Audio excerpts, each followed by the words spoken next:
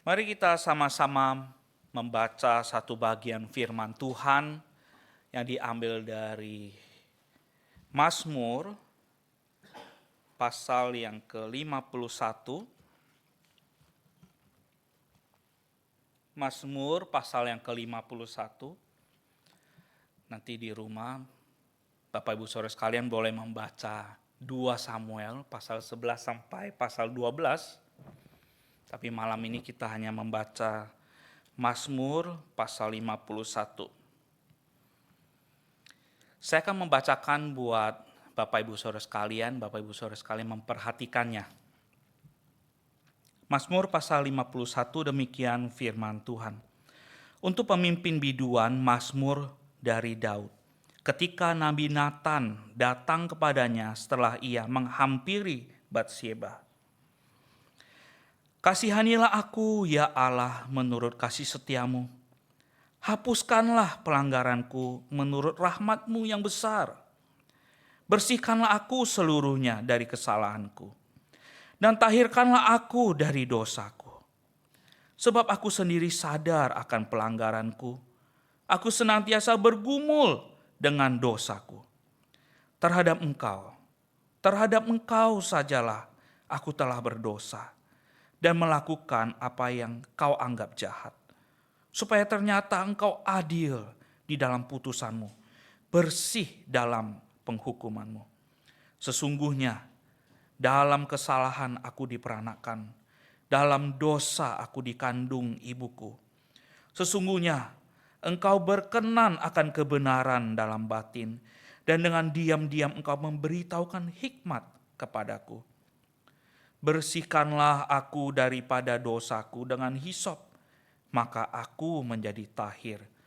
Basuhlah aku, maka aku menjadi lebih putih dari salju. Biarlah aku mendengar kegirangan dan sukacita. Biarlah tulang yang kau remukkan bersorak-sorak kembali. Sembunyikanlah wajahmu terhadap dosaku. Hapuskanlah segala kesalahanku. Jadikanlah hatiku tahir ya Allah, dan perbaharuilah batinku dengan roh yang teguh. Janganlah membuang aku dari hadapan-Mu, dan janganlah mengambil roh-Mu yang kudus daripadaku. Bangkitkanlah kembali padaku kegirangan karena selamat yang daripadamu. Dan lengkapilah aku dengan roh yang rela, maka aku akan mengajarkan jalan-Mu kepada orang-orang yang melakukan pelanggaran, supaya orang-orang berdosa berbalik kepadamu. Lepaskanlah aku dari hutang darah, ya Allah, Allah keselamatanku. Maka lidahku akan bersorak-sorai memberitakan keadilan-Mu. Ya Tuhan, bukalah bibirku, supaya mulutku memberitakan puji-pujian kepadamu. Sebab engkau tidak berkenan kepada korban sembelihan, sekiranya ku persembahkan korban bakaran, engkau tidak menyukainya. Korban sembelihan kepada Allah ialah jiwa yang hancur, hati yang patah dan remuk, tidak akan kau pandang hina, ya Allah. Lakukanlah kebaikan kepada Sion menurut kerelaan hatimu. Bangunkanlah tembok-tembok Yerusalem, maka engkau akan berkenan kepada korban yang benar, korban bakaran dan korban yang terbakar seluruhnya. Maka orang akan mengorbankan lembu jantan di atas mezbahmu. Amin. Bapak Ibu Saudara sekalian, kalau kita baca ini kita tentu tahu ya, ini adalah doa Daud, doa pengakuan dosa Daud. Dan kita semua Bapak Ibu Saudara sekalian, setiap minggu kita datang kepada Tuhan, kita berdoa mengakui dosa-dosa kita, bukan? Nah Bapak Ibu Saudara sekalian, di dalam ibadah setiap minggu kita mengakui dosa kita. Dan kita tahu apa yang kita lakukan itu sesungguhnya sungguh menyenangkan hati Tuhan. Saya jadi ingat firman Tuhan berkata demikian di Mazmur 103 ayat 13. Seperti Bapa sayang kepada anak-anaknya, Demikianlah Tuhan sayang kepada orang-orang yang takut akan Dia. Bapak Ibu Saudara sekalian, waktu kita datang kepada Tuhan, kita mengakui dosa kita. Tuhan itu seperti Bapa yang sayang kepada anak-anaknya. Dia mengasihi kita, Dia sayang kita karena kita takut akan Dia. Mari kita perhatikan bersama Bapak Ibu Saudara sekalian pada saat kita melakukan doa pengakuan dosa. Sesungguhnya apa yang ada di dalam hati dan pikiran kita? Kesadaran seperti apa? Siapakah Tuhan? Siapakah kita di hadapan Tuhan? Yang termasuk hal-hal apa saja yang telah terjadi di dalam diri kita sehingga kita itu jatuh dalam dosa dan kita bisa membawa itu ke hadapan Tuhan pada saat kita mengakui dosa-dosa kita. Inilah yang akan kita renungkan malam ini. Bapak Ibu Saudara sekalian, kita akan belajar dari Raja Daud yang mengalami hati yang hancur pada saat dia mengakui dosanya. Dan dalam Mazmur 34 ayat 19 berkata, Tuhan itu dekat kepada orang-orang yang patah hati. Dan ia menyelamatkan orang-orang yang remuk jiwa. Jadi hati yang hancur itu seperti orang yang hatinya patah. Broken heart itu kalau bahasa Inggrisnya ya. Seperti orang yang sangat bersedih, kehilangan semangat. Secara jiwanya, emosinya runtuh. Secara rohani juga runtuh. Kenapa? Karena dia hancur hatinya. Melihat perbuatan dosa yang dia lakukan di hadapan Tuhan. Bapak Ibu Saudara sekalian, apa yang menyebabkan orang yang hatinya hancur? Kalau kita lihat ya di dalam kasus-kasus seperti pengkhianatan di dalam relasi, ya perselingkuhan, ya orang yang diselingkuh itu pasti hatinya hancur Bapak Ibu Saudara sekalian. Betul enggak? Dikhianati oleh sahabat terdekat di dalam bisnis. Wah, dia ciak gua berapa M. Wah, hatinya hancur enggak Bapak Ibu Saudara sekalian? Hancur. Orang yang kita percayai sahabat, dia tusuk saya dari belakang. Mengkhianati saya. Hancur enggak hati? Hancur Bapak Ibu Saudara sekalian. Kalau anak-anak muda, kapan hatinya hancur? Putus cinta Bapak Ibu. Putus cinta ya. Aduh, ditinggal pacar ya. Dicuekin ya. Aduh, hatinya hancur enggak? Hancur Bapak Ibu Saudara sekalian, hancur, putus cinta. Pengalaman merasa ditolak, tidak diterima, dikucilkan, diabaikan di tengah-tengah komunitas. Hatinya hancur enggak? Hancur Bapak Ibu Saudara sekalian. Kalau kita lihat seperti Hana ya, cerita di Alkitab, Hana itu dia dikenal apa? Wah, ini perempuan yang tidak diberkati. Kenapa? Karena dia mandul. Wah, di tengah-tengah masyarakat dia dikucilkan, ditinggalkan. Waktu dia datang kepada Tuhan, wah, hatinya hancur Bapak Ibu Saudara sekalian. Hatinya hancur. Ada lagi orang yang gagal dalam pekerjaan, mengalami kehilangan yang banyak, ya, lalu juga hilang juga kesehatan. Seperti yang kita tahu dari apa yang terjadi di Ayub ya Bapak Ibu Saudara sekalian. Gimana apa yang terjadi di Ayub? Ayub itu dalam sekejap ternaknya semua mati. Propertinya kebakar semua. Anak-anaknya mati. Dia juga kesehatannya hancur dia. Keadaan tubuhnya dia banyak sekali koreng sampai saking gatalnya itu katanya pakai tembikar, garuk-garuk badannya. Wah, gak ada yang tersisa di Ayub. Dia sampai merasa seperti apa? Aduh Tuhan, sebaiknya aku gak dilahirkan. Saya gak pernah dilahirkan. Itu yang dialami oleh Ayub. Hatinya hancur, hancur hatinya. Dia datang kepada Tuhan dengan hati yang hancur. Dia alami musibah, alami penderitaan yang begitu berat.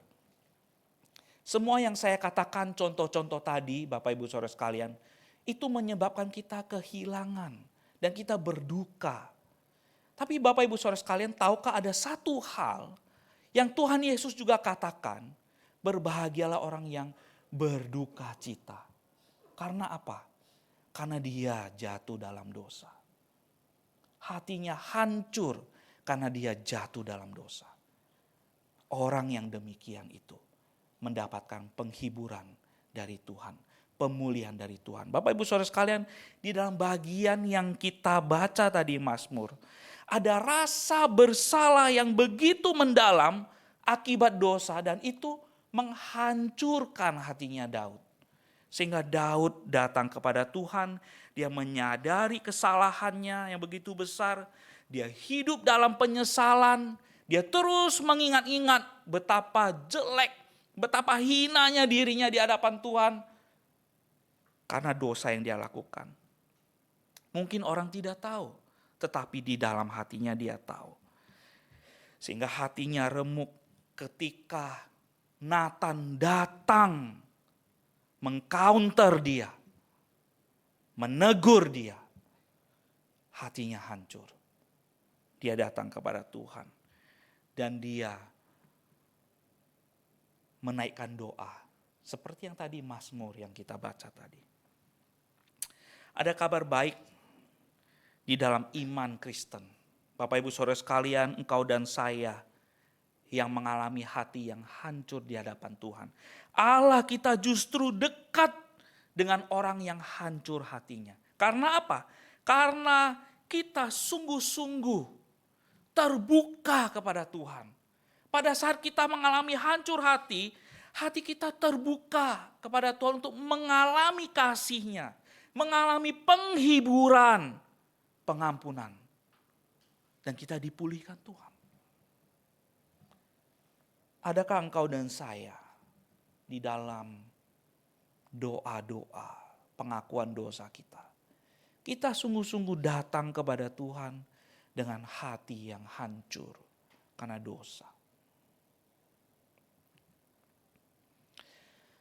Saya ingin ajak kita lebih dalam bagaimana kita menyelami apa yang terjadi dalam hati kita ketika kita jatuh dalam dosa. Melalui peristiwa kejatuhan dari Daud.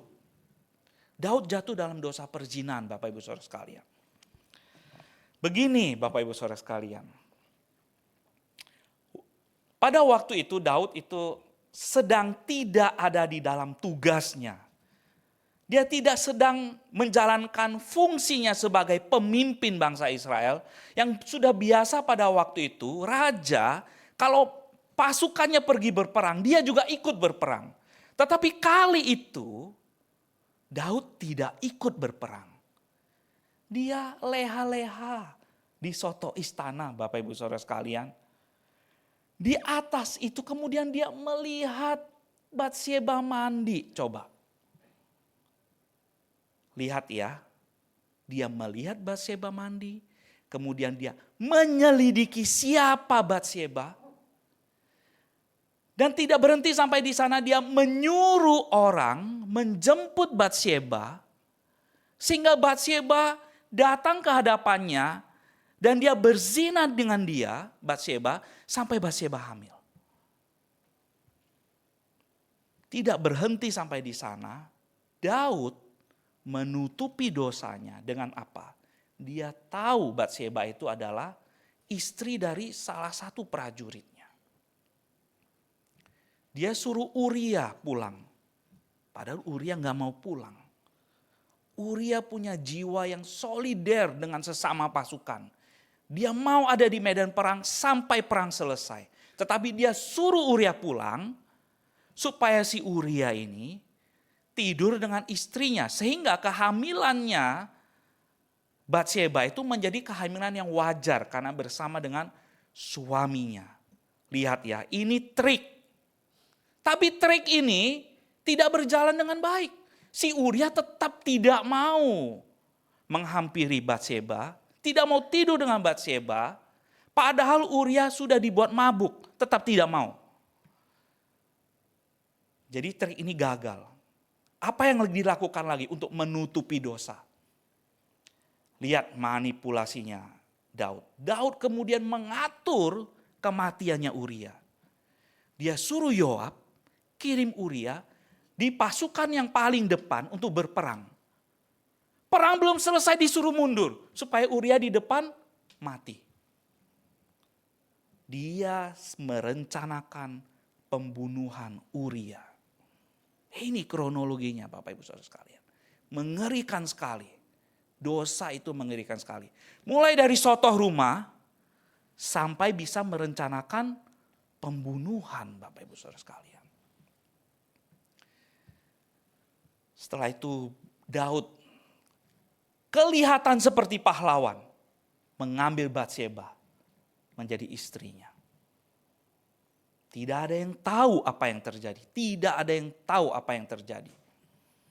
Tetapi Alkitab mencatat, Tuhan tahu. Tuhan tahu. Dan Tuhan melihat itu adalah sebuah kejahatan yang besar. Bapak Ibu Saudara sekalian, sampai di sini kita melihat kronologi ini. Dosa membuat kita jatuh ke dalam, semakin dalam, semakin dalam, dan semakin dalam. Kita lihat itu alurnya Bapak Ibu Saudara sekalian. Kita juga berpikir kalau kita bergumul dengan dosa, Bapak Ibu Saudara sekalian, nggak ada dosa yang terjadi tiba-tiba terjadi. Nggak ada Bapak Ibu Saudara sekalian. Dosa-dosa kecil sekalipun. Entah itu dosa berbohong, mencuri, dan sebagainya. Nggak ada dosa yang terjadi begitu saja maksud saya. Setuju nggak Bapak Ibu? Selalu ada, kalau kita telusuri, bisa ditelusuri seperti ini Bapak Ibu. Dosa. Kapan mulai Anda berbohong?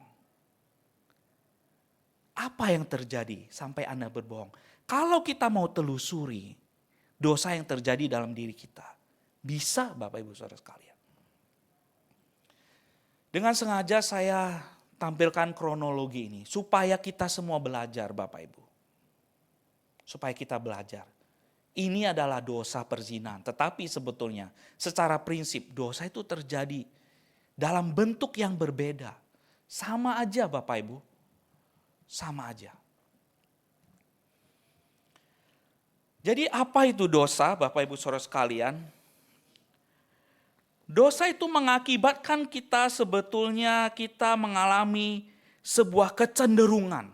Dosa itu adalah sebuah watak atau sifat yang ada di dalam diri kita. Membuat kita itu cenderung memiliki pikiran atau perilaku yang jahat. Sebuah kecenderungan yang tinggal di dalam diri kita karena kita sudah jatuh dalam dosa. Sama seperti yang Daud katakan Bapak Ibu Saudara sekalian. Di dalam kandungan ibu dia sudah berdosa. Itu adalah sebuah kecenderungan yang ada di dalam jiwa kita. Dosa asal. Itu sudah ada dalam diri kita Bapak Ibu Saudara sekalian.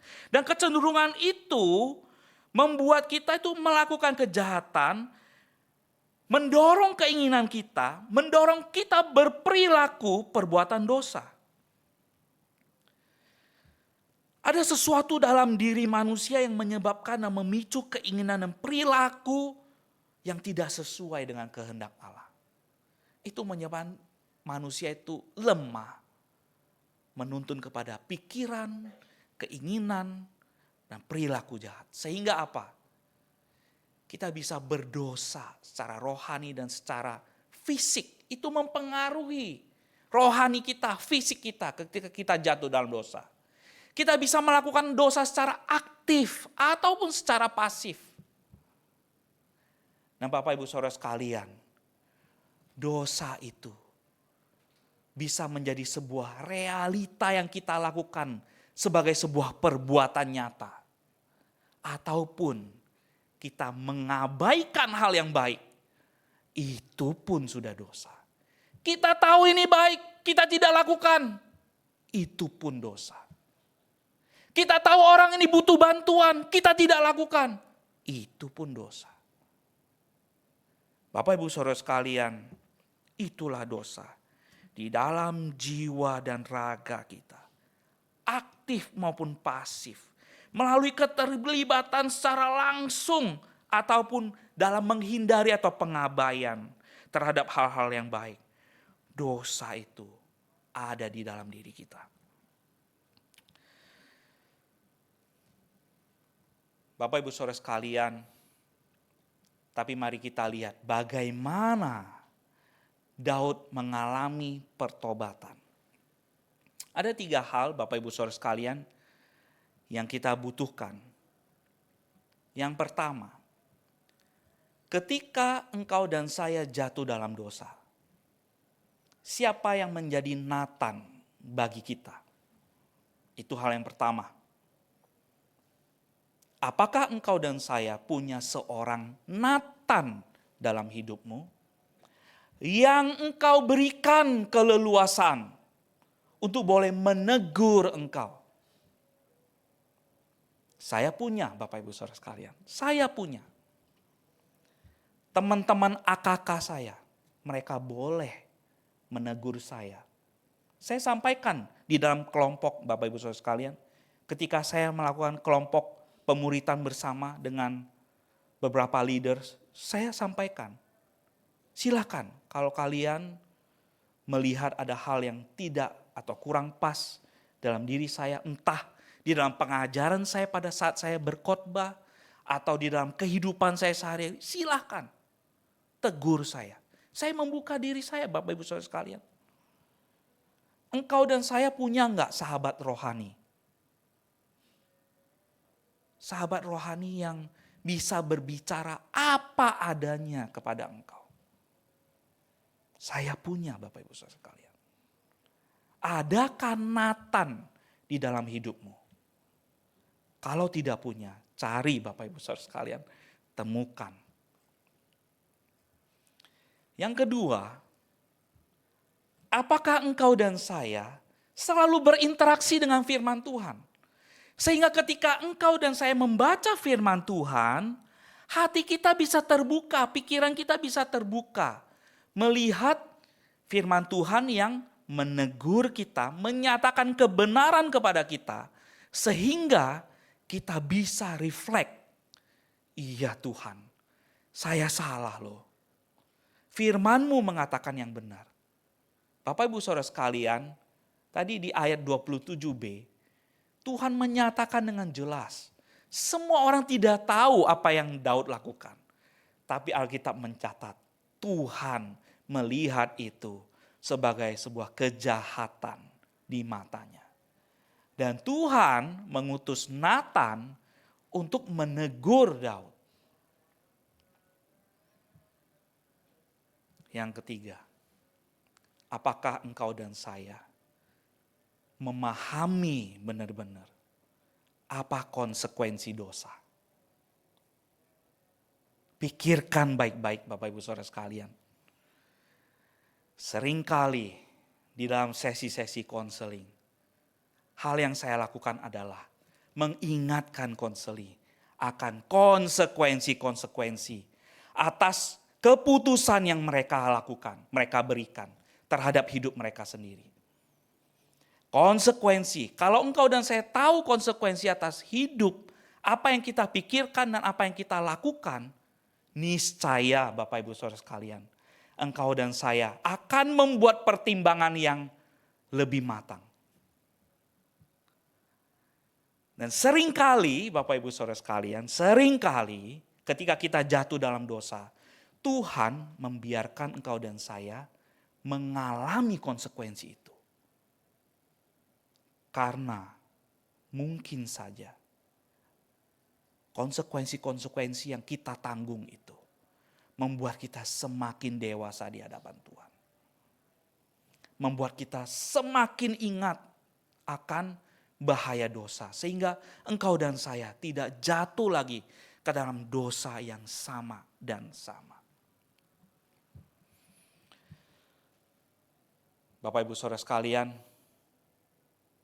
kalau 3 hal ini kita punya, itu sangat menolong kita untuk kita bisa datang kepada Tuhan kita mengaku dosa kita di dalam doa.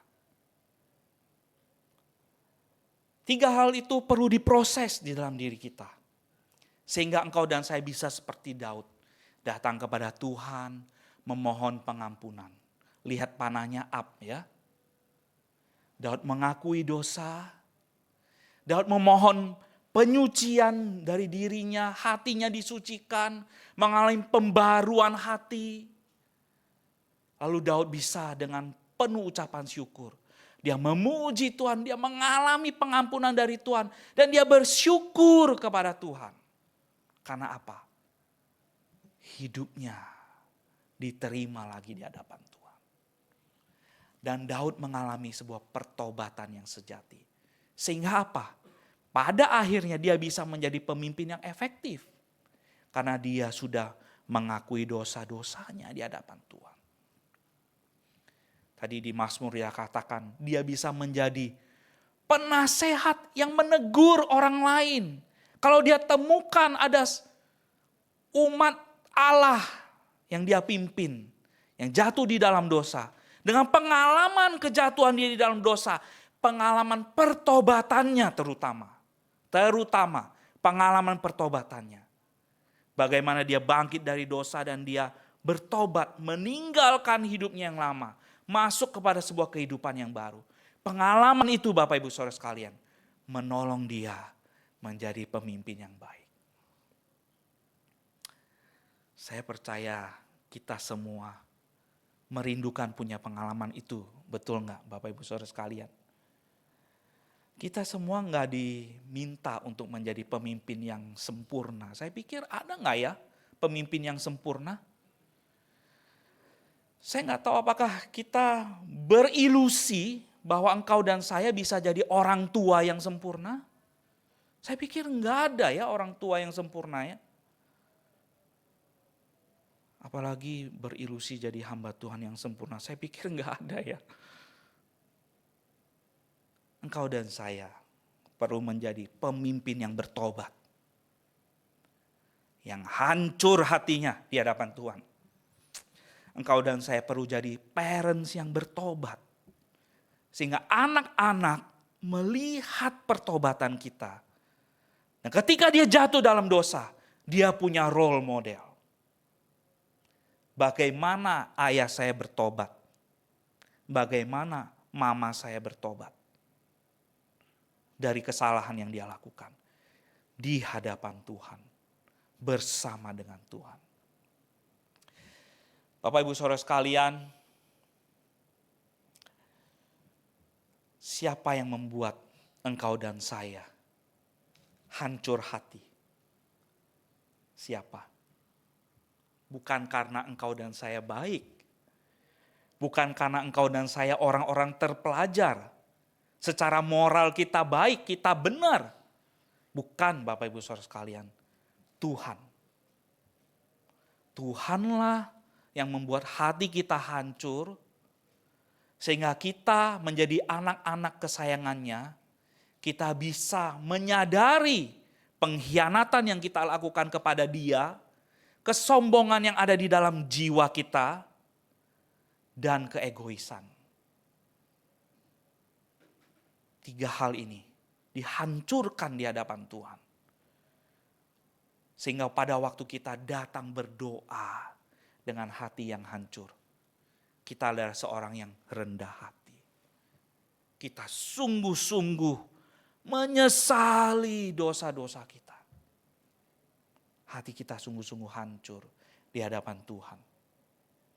Dan Tuhan disenangkan. Tuhan disenangkan. Bapak Ibu Saudara sekalian, untuk menutup khotbah ini, saya ingin kita sama-sama mungkin foto ini ya, di foto ya, Bapak Ibu Saudara sekalian. Mari kita refleksikan bagian ini. Ini adalah cara yang praktis untuk kita. Untuk kita bisa hidup sungguh-sungguh di hadapan Tuhan. Saya tidak tahu Bapak Ibu Saudara sekalian kapan engkau dan saya jatuh ke dalam dosa. Tetapi yang saya tahu pasti adalah dosa selalu merongrong hidup kita. Kapanpun itu, apalagi kita anak-anak Tuhan, iblis selalu memakai kesempatan untuk menjatuhkan kita di dalam dosa. Dan kalau kita jatuh dalam dosa, iblis membuat kita deep in guilty and shame. Pada waktu itu kita akan semakin jauh lagi kepada Tuhan. Oleh sebab itu saya punya 2 cara yang begitu praktis untuk kita bisa coba renungkan. Ada banyak ayat firman Tuhan di sana. Dan hal yang sangat praktis pada saat kita menggumuli, mengevaluasi kehidupan rohani kita. Engkau dan saya bisa melakukannya dengan cara yang real. Dan kita bisa datang kepada Tuhan dengan hati yang hancur. Kita bisa berdoa, memohon pengampunan atas dosa. Dan kita bisa hidup seturut dengan kehendak-Nya. Engkau dan saya adalah pemimpin-pemimpin yang Tuhan siapkan untuk memimpin anggota keluarga, untuk memimpin orang-orang yang ada di kantor kita, untuk memimpin orang-orang yang ada kita temui. Pengalaman engkau dan saya bergumul di dalam dosa dan menang atas dosa, itu adalah pengalaman yang berharga yang kita bisa pakai untuk menolong sesama kita. Seperti semangatnya Daud.